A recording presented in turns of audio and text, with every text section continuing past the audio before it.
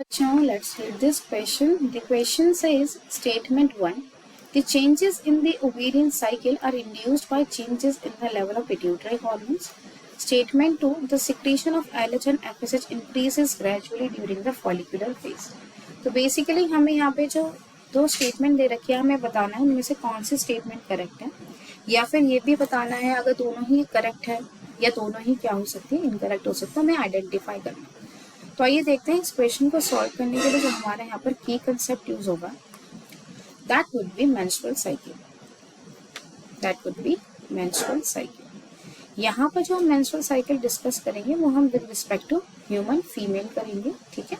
तो जो menstrual cycle होती है वो एक रिप्रोडक्टिव साइकिल होती है, ठीक है, जो कि स्टार्ट होती है प्यूबर्टी पे। जब मेंस्ट्रुअल साइकिल स्टार्ट होती है then it is known as menarche, और जब मेंस्ट्रुअल साइकिल परमानेंटली स्टॉप हो जाती है तब हम उसे क्या कहते हैं, मेनोपॉज कहते हैं। जो मेनोपॉज अलग अलग फीमेल में जो है अलग अलग टाइम पे आ सकता है, उसका कोई पर्टिकुलर ड्यूरेशन नहीं है, बट अगर हम देखें ऑन एन एवरेज देखा गया है 50 ईयर्स ओल्ड की जब फीमेल हो जाती है तो उनमें क्या हो जाता है, मेनोपॉज आ जाता है, that is permanent stop of menstrual cycle. Menstrual cycle जो है प्रेगनेंसी के दौरान भी रुक जाती है, इसीलिए वो तो हो गया टेम्पररी स्टॉप, ठीक है। तो उसको हम मेनोपॉज नहीं कहेंगे। जब परमानेंटली स्टॉप हो जाती है अराउंड 50 ईयर्स ऑफ एज, तब हम क्या कहते हैं, मेनोपॉज आ गया है, ठीक है। अब ये जो मेंस्ट्रुअल साइकिल होती है ना, उसके कुछ रीजंस हैं। मेंस्ट्रुअल साइकिल के दौरान कुछ चेंजेस जो हैं, कुछ चेंजेस आपके ओवेरियन हॉर्मोन्स में हो रहे होंगे। ओवेरियन हॉर्मोन्स में कुछ चेंजेस आपको देखने को मिलेंगे, और कुछ चेंजेस कहाँ पे हो रहे होंगे, आपके पिट्यूटरी हॉर्मोन्स में।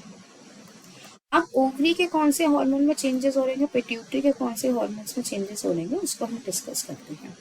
When we talk about ovarian hormones, यहाँ पे we have to discuss about the oestrogen and progesterone. Oestrogen और प्रोजेस्टेरॉन ऐसे दो हार्मोन्स हैं जिनका लेवल जो है मेंस्ट्रुअल साइकिल के दौरान चेंज हो जाता है, जिसकी वजह से आपको अलग अलग इवेंट्स जो है वो देखने को मिलते हैं। When we talk about pituitary hormones, तो यहाँ पर हमें बात करनी है LH और FSH की, that is luteinizing hormones and follicular stimulating hormone। अब क्या होता है, जब ये जो लेवल्स है हार्मोन्स के, जब ये चेंजेस उनमें चेंजेस आते रहते हैं, तो कुछ चेंजेस, कुछ इवेंट्स आप कह सकते हो आपको यूट्रस में होते हुए दिखेंगे, और कुछ इवेंट्स आपको जो है ओवरी में होते हुए दिखेंगे। अब हमें समझना है कि जो मेंस्ट्रुअल साइकिल है उसमें कौन कौन से फेज होते हैं और उसमें क्या क्या इवेंट्स जो है वो हो रहे होते हैं। तो ये चलें, ये जो हमें दिखा रखा है, ये क्या दिखा रखा है, ये हमें डेज बता रखे हैं मेंस्ट्रुअल साइकिल, ठीक है। अब जो फर्स्ट से लेकर जो आपका 5th डे होता है, फर्स्ट से 5th डे तक जो फेज चलता है वो हमारा फर्स्ट फेज होता है मेंस्ट्रुअल साइकिल का, that is menstrual phase. Menstrual phase actually वो फेज होता है जहाँ पर जो आपकी एंडोमेट्रियम लाइनिंग है, जिसकी वजह से मेंस्ट्रुअल साइकिल एक्चुअल में होती है, मेंस्ट्रुएशन होती है, ब्लीडिंग जिसे हम कहते हैं वो होती है, वो इस फेज में होती है। तो फर्स्ट से 5th डे तक हमारी क्या रहती है, मेंसेस रहती है, जिसको हम कॉमनली क्या भी कह देते हैं, ब्लीडिंग भी कह देते हैं, ठीक है। इसके बाद जो आपका मेंस्ट्रुअल साइकिल में सेकेंड फेज होता है वो एक्चुअली आपका 6th डे के अराउंड जो है वो स्टार्ट होता है और 13th डे तक जो है वो कंटिन्यू रहता है। इस फेज को हम कहते हैं फॉलिक्यूलर फेज, फेज। और इसी फेज को हम प्रोलिफरेटिव फेज के नाम से भी जानते हैं। किस नाम से भी जानते हैं, प्रोलिफरेटिव फेज। अब ये दो नाम किस बेसिस पे डिस्कस करेंगे, बट पहले हम चारों जो फेजेस है मेंस्ट्रुअल साइकिल की उसको डिस्कस कर लेते हैं। और जो ये आपका 14th डे होता है, ये डिनोट करता है आपके थर्ड फेज को, that is ovulation, that is ovulation. और 15th से लेकर जो आपका 28th डे होता है, ठीक है, यहाँ तक जो फेज चलता है इसे हम क्या कहते हैं, ये हमारा 4th फेज है मेंस्ट्रुअल साइकिल का, which is known as luteal phase और सिक्रीटरी फेज, सिक्रीटरी फेज, ठीक है। तो ऑन एन एवरेज जो मेंस्ट्रुअल साइकिल का ड्यूरेशन है वो कितना रहता है, इट इज अराउंड 28 डेज। तो जो हमारा नेक्स्ट साइकिल का फर्स्ट डे होगा उसका 29 या फर्स्ट डे से हम डिनोट करते हैं। तो यहाँ पर हम जो भी चीजें, जो भी डिस्कशन करेंगे विद रिस्पेक्ट टू 28 डेज करेंगे। यहाँ पर आपको क्या दिखा रखा है, ये जो दिखा रखा है ये आपको ओवरी इवेंट्स दिखा रखे हैं, यानी कि कुछ इवेंट जैसा कि मैंने बताया था, कुछ चेंजेस जो कि आपकी ओवरीज में आ रहे होंगे, ठीक है। और यहाँ पर जो आपको दिखा रखा है, ये दिखा रखा है जो ओवेरियन हॉर्मोन्स हैं, ओवेरियन हॉर्मोन्स में क्या क्या चेंजेस आ रहे हैं, ईस्ट्रोजन प्रोजेस्टेरोन का जो लेवल है कैसे कैसे चेंज हो रहा है। और वहीं अगर आप देखें तो ये वाला जो पोर्शन है ये रिप्रेजेंट करा है आपके यूटेराइन इवेंट्स को, जिसमें आप देखो कि यूट्रस में क्या क्या चेंजेस हो रहे हैं। और यहाँ पर ये जो चीज डिनोट करिए, this is representing your uterine hormones, कि जो यूट्रस से निकलने वाले हॉर्मोन्स हैं उनके लेवल में क्या क्या चेंजेस हो रहे हैं। ये जो आपका ब्लू कलर का है it is denoting your LH, और जो रेड कलर का है it is denoting your FSH hormone. यहाँ पर जो ब्लू वाला है it is denoting your oestrogen, और जो रेड कलर से डिनोट कर रखा है this is representing your progesterone. ये क्या दिखा रखा है, ये आपको फॉलिकल्स की प्रॉपर डेवलपमेंट दिखा रखी है, कैसे प्राइमोर्डियल फॉलिकल से प्राइमरी फॉलिकल बना, सेकेंडरी फॉलिकल बना, टर्शियरी फॉलिकल बना, ग्राफियन या मैच्योर फॉलिकल बना, और कैसे वो रप्चर हो गया जिसकी वजह से ओव्यूलेशन हो गया।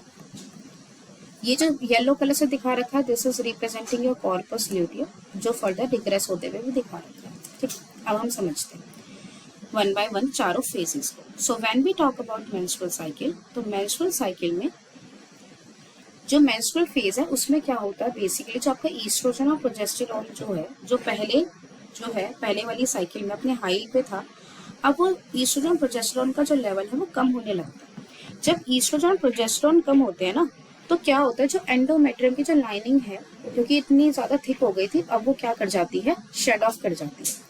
जब एंडोमेट्रियम की, यूट्रस का जो एंडोमेट्रियम है जो कि इनर मोस्ट लेयर है, जब उस एंडोमेट्रियम की लाइनिंग जो है वो शेड ऑफ हो जाती है, उसकी वजह से जो है मेंसेस या ब्लीडिंग होती है।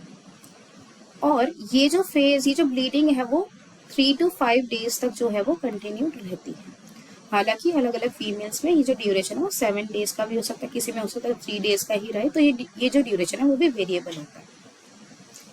फिर हम क्या देखते हैं, जब हमारा सेकंड फेज आता है फॉलिकुलर फेज, जिसके बारे में मैं अच्छे से डिस्कस करना हूँ कि क्वेश्चन में हमसे फॉलिकुलर फेज के बारे में पूछा गया है। फिर आप क्या देखोगे, जो फॉलिकुलर फेज आता है जैसे कि मैंने बताया वो अराउंड आपका 6th डे से 13th डे तक रहता है। ठीक है, ये जो डेज हैं ये भी वेरिएबल होते हैं। ठीक है, और ये जो फॉलिकुलर फेज है ये नाम है with respect to ovary. Ovary में क्या होता है, जो फॉलिकल्स हैं उनकी डेवलपमेंट चल रही होती है, फॉलिकल्स की डेवलपमेंट हो रही होती है, इसलिए हम इस फेज को क्या भी कहते हैं, फॉलिकुलर फेज कहते हैं। और जो प्रोलिफरेटिव फेज है वो हम कहते हैं विद रिस्पेक्ट टू यूट्रस, क्योंकि यूट्रस की जो एंडोमेट्रियम है, अब वो जो एंडोमेट्रियम है इस फॉलिकुलर फेज के दौरान ये क्या कर रही है, प्रोलिफरेट कर रही है। देखो आप, इसकी जो थिकनेस है वो बढ़ती जा रही है, इसीलिए this phase is also known as proliferative phase. Basically इस फेज में क्या होता है, जो LH है और जो FSH है, ल्यूटिनाइजिंग हार्मोन और FSH यानी कि फॉलिकुलर स्टिमुलेटिंग हार्मोन, जो कि हमारे पिट्यूटरी के हार्मोन्स हैं, उनका लेवल बढ़ने लगता है। अब जैसे ही हमारे LH और FSH बढ़ेंगे तो उसकी वजह से क्या होगा, सबसे पहली चीज जो FSH है वो जो हमारे फॉलिकल्स हैं उनकी ग्रोथ करवाता है, उनकी प्रॉपर डेवलपमेंट कराता है, तो हमारे फॉलिकल्स डेवलप होंगे, और आगे चलकर ये जो LH है वो भी फॉलिकल्स की डेवलपमेंट में हेल्प करा देता है FSH की। इतनी बात समझ में। अब दूसरी चीज क्या है, जो हमारा FSH होता है ना, ये फर्दर क्या करता है, ये FSH जो हमारे फॉलिकल्स जब डेवलप कर जाते हैं इनसे ही क्या कराता है, ईस्ट्रोजन का सिक्रीशन भी करवाता है। क्या भी कराता है, ईस्ट्रोजन का सिक्रीशन भी करवाएगा। अब क्या होगा, ये जो ईस्ट्रोजन है ये पॉजिटिव फीडबैक देते हैं हमारे एंटीरियर पिट्यूटरी को और हाइपोथैलेमस को, जिसकी वजह से जो आपका जो पिट्यूटरी हार्मोन्स है उनका लेवल जो है और भी ज्यादा बढ़ जाता है, जिसके फॉलिकल था वो डेवलप करते करते करते करते अपनी मैच्योर फॉर्म यानी कि ग्राफियन फॉलिकल वाली स्टेज में आ जाता है। ठीक है, अब इस दौरान क्या हो रहा है, जो LH है वो अपनी पीक पे पहुंच जाता है। ठीक है, और इसी को हम कहते हैं LH सर्ज होना। LH का अपनी पीक पे पहुंचने के लिए एक और टर्म क्या है, LH सर्ज। जब LH सर्ज होता है तो जो आपका ग्राफियन फॉलिकल है वो रप्चर कर जाता है, और उससे ये जो सेकेंडरी oocyte है, जिसको एनसीईआरटी ने ओवम भी कह रखा है, ये रिलीज हो जाता है, और जो रिमेनिंग पार्ट है आपके ग्राफियन फॉलिकल का वो कन्वर्ट हो जाता है कॉर्पस ल्यूटियम में आगे चलकर। तो जो ओव्यूलेशन है क्या होगा, LH सर्ज होगा। क्लियर हो गई यहाँ तक बात। और उसके बाद कॉर्पस ल्यूटियम बन जाएगा। ये जो कॉर्पस ल्यूटियम है ये टेम्पररी एंडोक्राइन ग्लैंड होता है। ये क्या है हमारा, टेम्पररी एंडोक्राइन ग्लैंड, यानी कि इससे क्या होगा, हार्मोन का सिक्रीशन होगा। जो हमारा कॉर्पस ल्यूटियम है वो मेनली क्या करता है, प्रोजेस्टेरॉन का सिक्रीशन करता है, बट ये कुछ अमाउंट में ईस्ट्रोजन का भी सिक्रीशन करता है, जिसकी वजह से अब क्या होगा, जो आपका प्रोजेस्टेरॉन है वो अपनी पीक पे आ जाएगा। आप देखो ये रेड कलर से जो है मैंने बताया था प्रोजेस्टेरॉन को दिखा रहे हैं, तो प्रोजेस्टेरॉन अपनी पीक पे पहुंच जाएगा और आगे चलकर जो ईस्ट्रोजन है वो भी अपनी पीक जो है दोबारा से अटेन करने लगेगा। पर जो उसकी मेजर पीक है वो कहाँ होगी, ओव्यूलेशन से जस्ट पहले, क्योंकि फॉलिकल्स की जो हमारी ग्रैन्युलोसा सेल्स है वो भी ईस्ट्रोजन का सिक्रीशन कर रही होती है। तो ल्यूटियल फेज हमने किस रिस्पेक्ट में कहा, ओवरी के रिस्पेक्ट से कहा। सिक्रेटरी फेज हम क्यों कह रहे हैं, क्योंकि इस दौरान क्या हो रहा है, जो आपकी एंडोमेट्रियम है देखो ये और भी ज्यादा थिकन होती जा रही है, थिक हो गई। अब जो हमारी एंडोमेट्रियम होती है वो ग्लैंडुलर होती है, तो एंडोमेट्रियम से इसी तरह के सिक्रीशंस निकलते हैं जो कि फर्दर अगर प्रेगनेंसी हो गई तो यूट्रस को नरिशमेंट या उसकी डेवलपमेंट में रोल प्ले करते हैं। आइए देखते हैं इस क्वेश्चन का करेक्ट ऑप्शन क्या होगा। तो हमने अभी क्या समझा, स्टेटमेंट 1 में कह रहा है the changes in the ovarian cycle are induced by changes in the level of pituitary hormones. ये बात करेक्ट है बिल्कुल। अभी हमने देखा कि जो पिट्यूटरी के हार्मोन्स है उसकी वजह से ओवरी में भी चेंजेस आ रहे थे।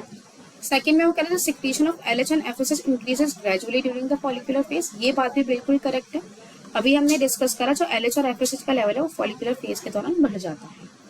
तो इस क्वेश्चन का करेक्ट ऑप्शन क्या होगा, जिसमें both statement 1 and 2 correct they रखे, दैट इज ऑप्शन ए। तो यहाँ पर इस क्वेश्चन का जो हमारे पास करेक्ट आंसर आ गया, that is option A. I hope you understood it well. Best of luck.